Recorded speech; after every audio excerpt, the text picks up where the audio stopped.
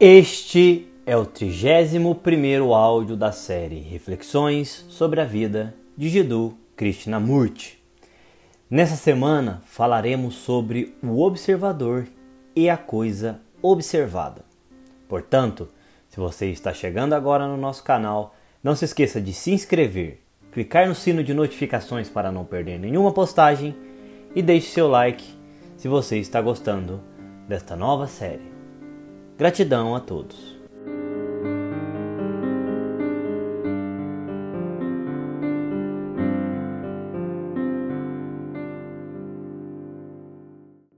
Reflexões sobre a vida de Jiddu Krishnamurti. Narração Paulo Ribeiro. A dualidade do pensador e do pensamento. Quando vocês observam algo, uma árvore, a vossa mulher, os vossos filhos, o vosso vizinho, as estrelas na noite, a luz a refletir-se na água, o pássaro que cruza os céus, qualquer coisa, existe sempre o observador, aquele que critica, que pensa, que experimenta, que procura. E a coisa que ele está a observar.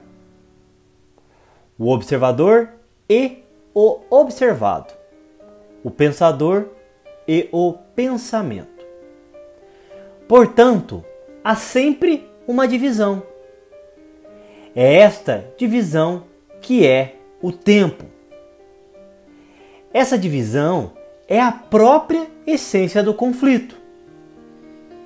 E quando há conflito, há contradição. Há o observador e o observado. Isso é uma contradição. Existe uma separação.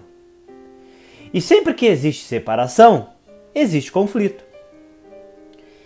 E onde há conflito, há sempre a urgência de ir além dele, de o conquistar, de ultrapassar, de fugir dele, de fazer alguma coisa acerca dele. E toda essa atividade envolve o tempo. Enquanto houver divisão, o tempo continuará. E o tempo é tristeza. E para que o homem compreenda o fim da tristeza, tem de compreender isto, tem de descobrir, tem de ir além desta dualidade entre o pensador e o pensamento, entre aquele que experimenta e o que é experimentado. Isto é, quando existe uma divisão entre o observador e o observado, existe o tempo, e como tal, não se dá o fim da tristeza. Então, o que devemos fazer? Compreende a questão? Eu vejo dentro de mim mesmo que o observador está continuamente a observar, a julgar, a criticar, a aceitar, a rejeitar, a disciplinar, a controlar, a dar forma. Esse observador, esse pensador, é o resultado do pensamento. Como é óbvio. Primeiramente existe o pensamento, não o observador, não o pensador. Se não houvesse qualquer movimento do pensamento, não haveria nenhum observador, nenhum pensador. Então, haveria somente a atenção total e completa.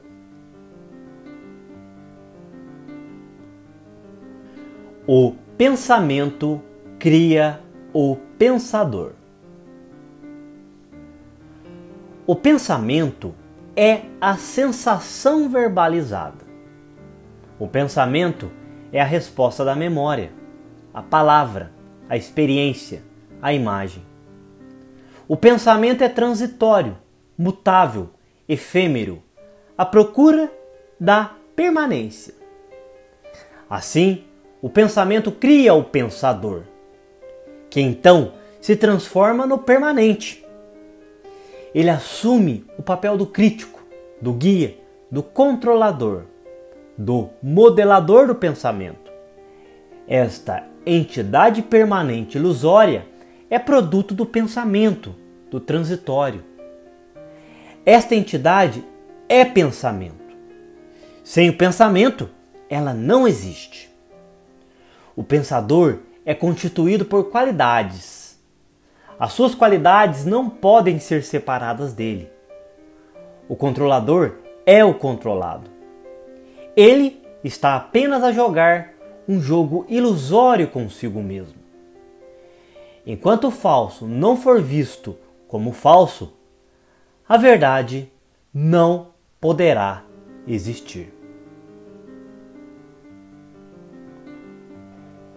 Uma parede de pensamento inexpugnável. Como pode acontecer uma fusão do pensador com seus pensamentos? Não por meio da ação da vontade, nem da disciplina, nem tampouco através de alguma forma de esforço, controle ou concentração, nem através de nenhum outro meio. A utilização de um meio implica a existência de um agente que está a atuar, não é verdade? Enquanto houver um ator, haverá uma divisão. A fusão só acontece quando a mente está totalmente tranquila, sem fazer qualquer tentativa para estar tranquila. Existe esta tranquilidade, não quando o pensador chegou ao fim, mas quando o próprio pensamento chegou ao fim.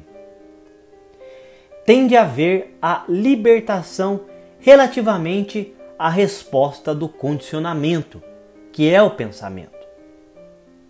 Cada problema só pode ser resolvido quando a ideia, a conclusão não estão presentes. Conclusões, ideias, pensamento são agitações da mente. Como pode haver a compreensão quando a mente se encontra agitada? A retidão deve ser temperada com o movimento rápido da espontaneidade. Irão descobrir, se tiverem ouvido tudo o que foi dito, que a verdade chega nos momentos em que vocês não a esperam. Se me é permitido dizê-lo, estejam abertos, sensíveis, estejam inteiramente atentos ao que é a cada momento. A bem-aventurança da verdade vem quando a mente não está ocupada com as suas próprias atividades e lutas.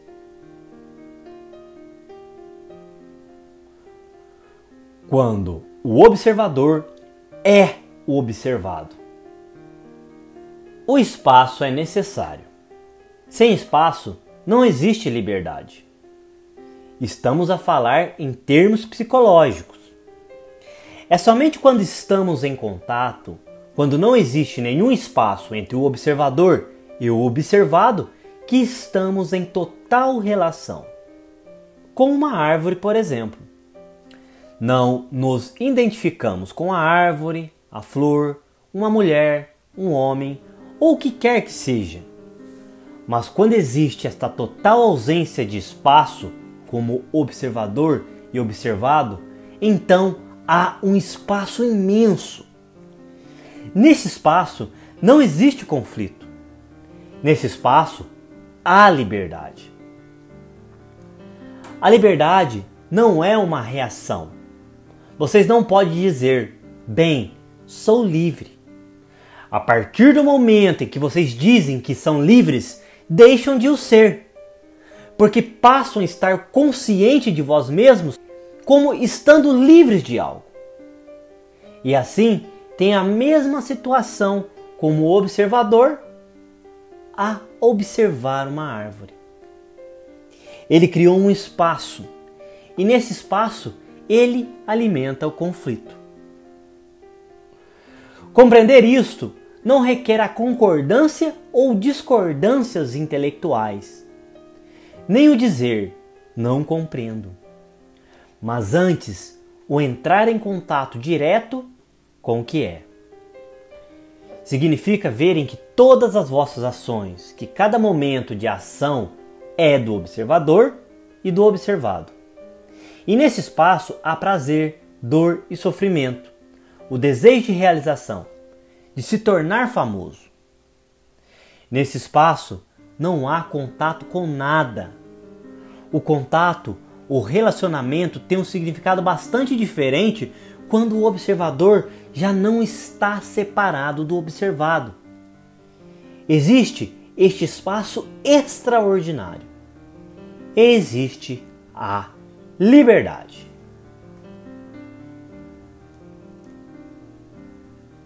Haverá um observador a observar a solidão? A minha mente observa a solidão e evita, foge dela. Mas se eu não fugir dela, será que há uma divisão, uma separação? Será que há um observador a observar a solidão? Ou existirá apenas um estado de solidão, estando a minha própria mente vazia? Só?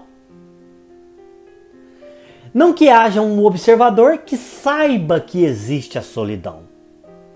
Penso que é importante compreendermos isto prontamente, sem verbalizarmos muito. Dizemos assim: sou invejoso e quero deixar de o ser. Portanto, há um observador e o que é observado. O observador quer libertar-se daquilo que observa, mas não será o observador o mesmo que o observado? Foi a própria mente que criou a inveja e, portanto, ela não pode fazer nada acerca da inveja. Assim, a minha mente observa a solidão. O pensador tem consciência de que está só. Mas, ao ficar com isso, ao estar em total contato com isso, o que significa não fugir disso, não o traduzir, nem nada disso, então haverá alguma diferença entre o observador e o que é observado? Ou haverá apenas um estado que é o da mente estar ela própria só, vazia? Não que a mente se observe a si mesmo como estando vazia, mas ela própria está vazia. Então, poderá a mente, estando consciente de que ela mesma está vazia e de que qualquer que seja o seu empenho, qualquer que seja o movimento para se afastar desse vazio, é apenas uma fuga, uma dependência? Poderá a mente pôr de lado qualquer dependência e ser o que é? Completamente vazia? Completamente só? E se ela estiver nesse estado, não haverá a libertação de toda a dependência e de todo apego? O que é acumulado não é a verdade. Enquanto houver aquele que experimenta a recordar a experiência, não haverá a verdade. A verdade não é algo que possa ser recordado, armazenado, gravado e depois expresso. Aquilo que é acumulado não é a verdade. O desejo de ter experiências gera a entidade que experimenta, que então acumula e recorda. O desejo provoca a separação entre o pensador e o pensamento. O desejo de vir a ser, de experimentar, de ser mais ou de ser menos, provoca a divisão entre a entidade que experimenta e a experiência. O estar atento aos caminhos do desejo é o autoconhecimento. E o autoconhecimento é o princípio da meditação.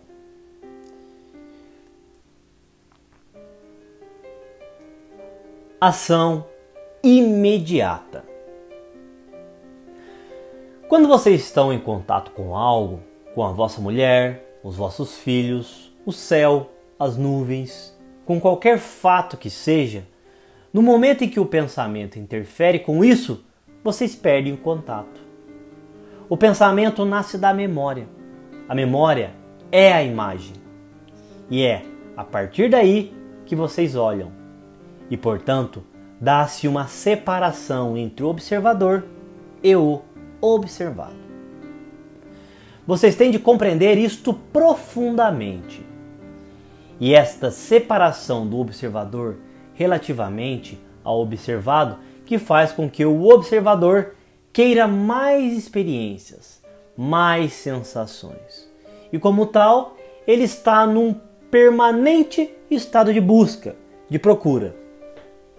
Tem de ser completa e totalmente compreendido que enquanto existir um observador, aquele que procura a experiência, o crítico, a entidade que avalia, julga, condena, não pode haver qualquer contato imediato com o que é. Quando vocês sentem dor física, há uma percepção direta. Não existe o observador que está a sentir a dor. Existe apenas a dor. Como não há nenhum observador, há uma sensação imediata.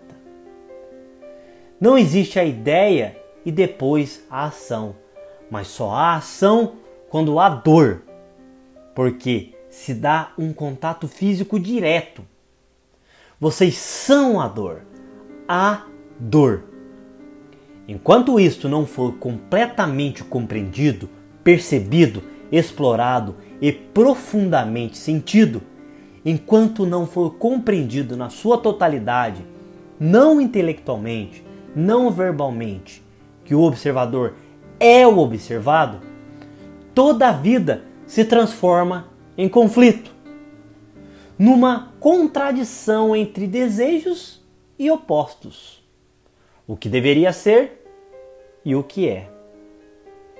Só poderão fazê-lo se estiverem consciência de estarem a olhar como observador quando olham para uma flor, ou uma nuvem, ou o que quer que seja.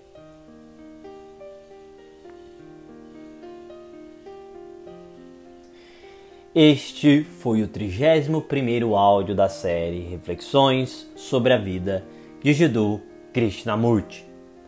Na próxima semana falaremos sobre aquilo que é. Portanto, se você está chegando agora no nosso canal, não se esqueça de se inscrever, clicar no sino de notificações para não perder nenhuma postagem e deixe o seu like se você está gostando desta nova série. Gratidão a todos, pessoal, e até um próximo vídeo.